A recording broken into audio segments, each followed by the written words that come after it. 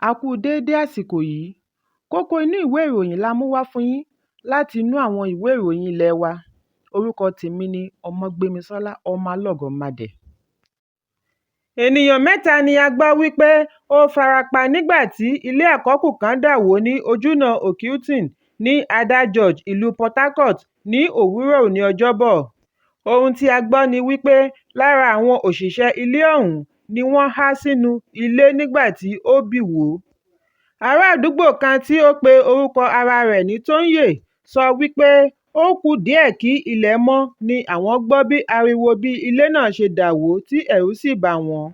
Bí ó tilẹ̀ jẹ́ wípé wọn kò tíì mọ ohun tí ó fa sábàbí ilé wíwó náà, lára àwọn òṣìṣẹ́ ilé kíkọ́ ọ̀hún ni wọ́n sùn sínú ilé àkọ́kù náà.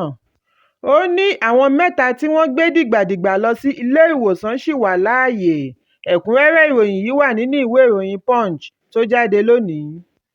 Ààrẹ Bọ́lá Ahmed Tinubu ti gúnlẹ̀ sí ìpínlẹ̀ Ògùn fún àbẹ̀wò sí ọ̀dọ̀ àwọn ọba aláyé ìpínlẹ̀ náà. Ọkọ̀ bàálù rẹ̀ gúnlẹ̀ sí pápá ìṣeré Dípọ̀dínà ní Ìjẹ̀bú-Òde ní déédé agogo 10 kọjá ìṣẹ́jú 17 òwúrọ̀ yìí. Àwọn tí wọ́n jọ kọ́wọ̀ọ́rìn ni olórí òṣìṣẹ́ Fẹ́mi Gbàjàbíàmílà, olùdámọ̀ràn fún ààbò gbogbogbò Nuhu Ribadu àti olùbádámọ̀ràn pàtàkì lórí àkànṣe iṣẹ́ àti ìròyìn Délé Aláké. Lára àwọn tí wọ́n wá pàdé ààrẹ láti rí gómìnà Dàpọ̀ Abíọ́dún, gómìnà àtijọ́ Ṣẹ́gun Ọ̀ṣọ́bà àti àwọn alẹ́nulọ́rọ̀ láàrin ìlú. Lẹ́sẹ̀kẹsẹ̀ ni wọ́n ti kọjá lọ sí ibi ìpàdé pẹ̀lú Àwùjalẹ̀ ti ìlú Ìjẹ̀bú, Ọba Síkírù Adétọ̀nà àti àwọn yòókù. Lẹ́yìn èyí ni Tinubu yóò tẹ̀síwájú lọ sí ìlú Abẹ́òkúta fún ìpàdé mìíràn pẹ̀lú Aláké ti ilẹ̀ Ẹ̀gbá, Ọba Adédọ̀tun Gbádébọ̀ ní ààfin rẹ̀ ní Aké. Ẹ̀kúnrẹ́rẹ́ ìròyìn yìí wà nínú ìwé ìròyìn Daily Post tó jáde lónìí.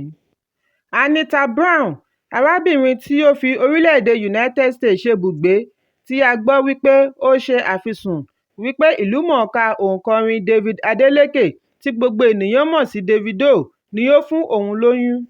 Lẹ́yìn èyí, àwọn kan bẹ̀rẹ̀ sí gbé ipò ìyẹnu wípé ìlúmọ̀ọ́ká olówó nọ̀bì tí máa ń ṣí gbogbo ara sílẹ̀ nínú àwòrán ni Anita. Ìdí nìyí tí ó fi lọ sórí ẹ̀rọ alátagbà rẹ̀ lọ fèsì sí àhesọ náà wípé kò sí òótọ́ nínú ọ̀rọ̀ náà àti wípé àwọn àwòrán tí òun yà pẹ̀lú ọ̀rẹ́kùnrin òun àtijọ́ ni wọ́n rí. Ó ní ó ṣeni láàánú wípé ìbàjẹ́ ènìyàn ni ọmọ aráyé máa ń wá, òun kò sì kábàámọ̀ nípa àṣìṣe òun àtẹ̀yìnwá. Ẹ̀kúnrẹ́rẹ́ ìròyìn yìí wà nínú ìwé ìròyìn The Guardian tó jáde lónìí.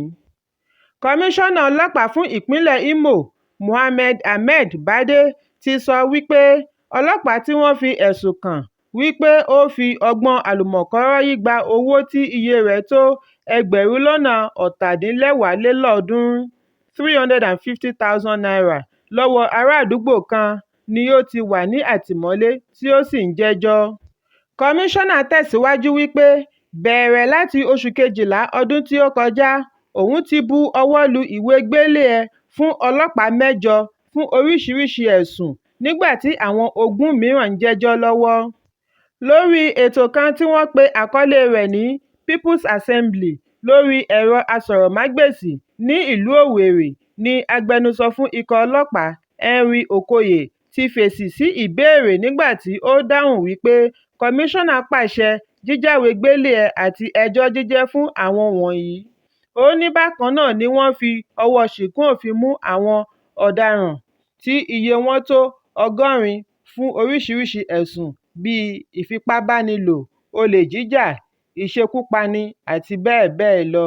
Ẹ̀kúnrẹ́rẹ́ ìròyìn yìí wà nínú ìwé ìròyìn The Nation tó jáde lónìí.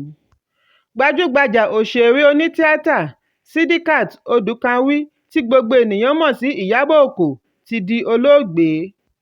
Ẹni ọdún 62 ni òṣèré yìí kí ó tó jáde láyé. Ó ti tó ọjọ́ 3 tí ó ti wà lórí àárẹ̀ kí ọlọ́jọ́ tó dé ní àná Ọjọ́rú. Ọmọ rẹ̀ Bísí Aisha ni ó ṣe àfihàn ìṣẹ̀lẹ̀ yìí lórí ẹ̀rọ ayélujára Facebook wípé Ìyábọ̀ Òkò ti di olóògbé ní ìrọ̀lẹ́ àná. ó wáá kọ síbẹ̀ wípé kí ọlọ́run tẹ́ ẹ̀mí ìyá òun sí afẹ́fẹ́ rere, àmín. Ẹ̀kúnrẹ́rẹ́ ìròyìn yìí wà nínú ìwé ìròyìn Leadership tó jáde lónìí. Amúgbálẹ́gbẹ̀ẹ́ ààrẹ àná Garba Shehu ti ṣe àfihàn bí ààrẹ àná Muhammadu Buhari ṣe ṣe ayẹyẹ ọdún iléyá ní àná pẹ̀lú ẹbí rẹ̀ fún ìgbà àkọ́kọ́ lẹ́yìn tí ó kúrò lórí oyè. Garba Shehu ni ó ṣe àfihàn Buhari pẹ̀lú ìyàwó rẹ̀ àti àwọn ọmọ pẹ̀lú àwọn àna rẹ̀. Buhari ni ó darí sí ìlú Daura, ìpínlẹ̀ Katsina ní kété tí ó fi orí oyè sílẹ̀. Lẹ́yìn náà ni òun pẹ̀lú ààrẹ Bọ́lá Tinubu pàdé ní ìlú London láìpẹ́ yìí. Ẹ̀kúnrẹ́rẹ́ ìròyìn yìí wà nínú ìwé ìròyìn Daily Trust tó jáde lónìí. Gómìnà ìpínlẹ̀ Edo Godwin Obaseki ti sọ wípé ìjọba ìpínlẹ̀ Edo yóò bẹ̀rẹ̀ sí san owó oṣù tí iye rẹ̀ ń lọ sí ẹgbẹ̀rún lọ́nà igba náírà (200,000 naira) fún Aminat Yusuf tí í ṣe akẹ́kọ̀ọ́ tí ó yege jùlọ nínú ẹ̀ka ìmọ̀ òfin láti Iléèwé Gíga Ifásitì Ìpínlẹ̀ Èkó (LASU) pẹ̀lú àkójọpọ̀ èsì ìdánwò 5.0 CGPA. Bákan náà ni ó ṣe ìlérí ètò ẹ̀kọ́ ọ̀fẹ́ fún ìtẹ̀síwájú ìmọ̀ òfin Law School.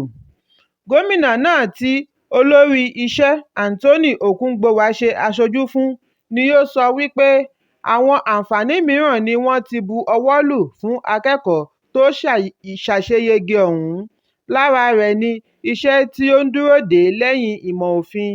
Ẹ̀kúnrẹ́rẹ́ ìròyìn yìí wà nínú ìwé ìròyìn Daily Independent tó jáde lónìí. Kókó inú ìwé ìròyìn tòní kò ní jù báyìí lọ. Ẹ pàdé mi lọ́la fún àkọ́tún ìròyìn. Kí a tó lọ, ẹ má ṣaláì fi àríwísí yín ránṣẹ́, ìyẹn comment, kí ẹ sì bá wa subscribe sí ojúnà wa lórí YouTube kí Kókó Inú Ìwé Ìròyìn lè máa tẹ̀ yín lọ́wọ́ ní kíákíá.